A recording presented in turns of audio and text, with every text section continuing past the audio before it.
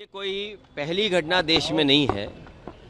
BJP जब से सत्ता में आई है उसकी कोशिश रही है जो सेंट्रल एजेंसीज हैं उनका गलत इस्तेमाल किया जाए। डिप्टी सीएम मनीष सिसोदिया लगातार वहाँ की शिक्षा व्यवस्था को बेहतर करने में लगातार काम कर रहे थे और उन्होंने देश के सामने एक मॉडल दिया है। और जिस तरीके का व्यवहार भारतीय जनता पार्टी का रहा है, सरकार का रहा है, लगातार इस तरह के विपक्षी जितने भी नेता हैं उनके खिलाफ जांचें चल रही हैं। जितनी भी संस्थाएं, चाहे इनकम टैक्स हो, चाहे ईडी हो, सीबीआई हो, ये लगाई जा रही हैं जिससे कि आने वाले लोकसभा चुनाव को प्रभावित कर सकें। जनता ये देख रही है क्योंकि बेरोजगारी का इनके पास जवाब नहीं है, महंगाई का जवाब नहीं है और जिस तरीके से देश की संपत्तियां बेची जा रही हैं उसका जवाब नहीं है। आप उत्तर प्रदेश देख लीजिए, यहाँ की गवर्नर उनकी स्पीच में 4% है अनएम्प्लॉयमेंट रेट। बजट स्पीच देख लीजिए, 4% है अनएम्प्लॉयमेंट। इसका मतलब ये हुआ कि उत्तर प्रदेश के 90% से ज़्यादा पढ़ने लिखने वाले नौजवानों को रोजगार या नौकरी मिली हुई है। क्या ये सच है? चरम सीमा पर महंगाई। आप सिलेंडर की कीमत देख लीजिए, दूध की कीमत देख लीजिए, आप दालों की कीमत देख लीजिए, आज जो आटा बिका उसकी कीमत देख लीजिए, घी की कीमत देख लीजिए, हर ज़रूरत चीज़ महंगी हो गई है।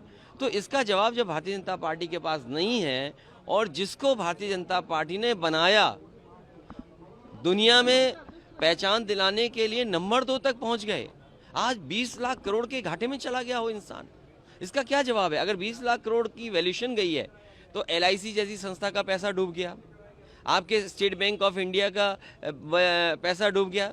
अरे हमारे मुख्यमंत्री कितने अच्छे थे, सोचिए। यहाँ पर बिजली विभाग का प्रोविडेंट फंड सरकारी कर्मचारियों का एक प्राइवेट कंपनी में इन्वेस्ट हो गया था, वो प्राइवेट कंपनी डूबी, हमारे मुख्यमंत्री जी ने वहाँ के अधिकारियों को जेल भेज दिया, कंपनी के लोगों को जेल भेज दिया। कम से कम दिल्ली की सरकार को हमारे मुख्यमंत्री जी का काम करने का तरीका सीखना चाहिए। अगर LIC और SBI ने पैसा किसी प्राइवेट कंपनी में लगाया है तो उनके खिलाफ अधिकारियों की जांच करना चाहिए, उन्हें जेल भेज देना चाहिए। जेल वो नहीं जा रहे हैं, जेल वो जा रहे हैं जो सुधार कर रहे हैं। और फिर बीजेपी को ये बताना चाहिए कि मित्र की पहचान बुरे दिन में ही होती है। मित्र के साथ वो खड़े हैं कि नहीं खड़े हैं। ये मायावती जी ने ऐसे क्योंकि प्रोटेक्ट है और हम तब तक अतीक अहमद की बात को मेरे पत्रकार साथियों, ये बात आप समझना कौन कौन मिला हुआ है। ये साजिश बड़ी है और यूपी का चुनाव कोई छोटा चुनाव नहीं है, ये देश का चुनाव है। इस प्रदेश ने प्रधानमंत्री दिया है, ये प्रदेश प्रधानमंत्री देता है, तो इसलिए साजिश भी बड़ी है, साजिश छोटी मोटी नहीं है। हमें तो ये पढ़ने को मिल रहा है कि बीजेपी का कोई अल्पसंख्यक प्रकोष्ठ है वो भी शामिल है और किस किस दल में आए, किस किस दल से संबंध हैं आप जानकारी करिए। जब उत्तर प्रदेश में एक बाई इलेक्शन था जिसका नाम लिया जा रहा है, उसके भाई को पुलिस कहाँ पर बैठाई हुई थी, बनारस में।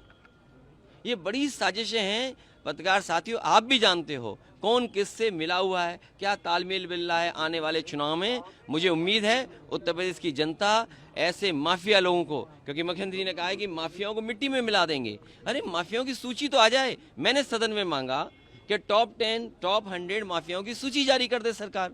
सरकार पीछे क्यों हट रही है? सरकार सूची जारी करे 100 माफियाओं की या 10 माफियाओं की।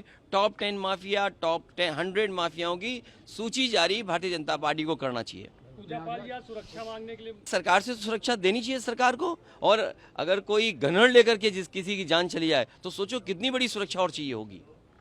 गनर हो किसी के पास, 2 गनर हो, उसके बाद जान चली जाए, अधिवक्ता हो, तो सोचिए सुरक्षा की कितनी जरूरत है। इसलिए सुरक्षा की जरूरत है, जिन जिन व्यक्तियों को भी उन्हें सुरक्षा मिलनी चाहिए। करना है अब हमको, हमें कैसा भारत चाहिए, समाजवादी अखिलेश के संग समाज के पथ पर आइए।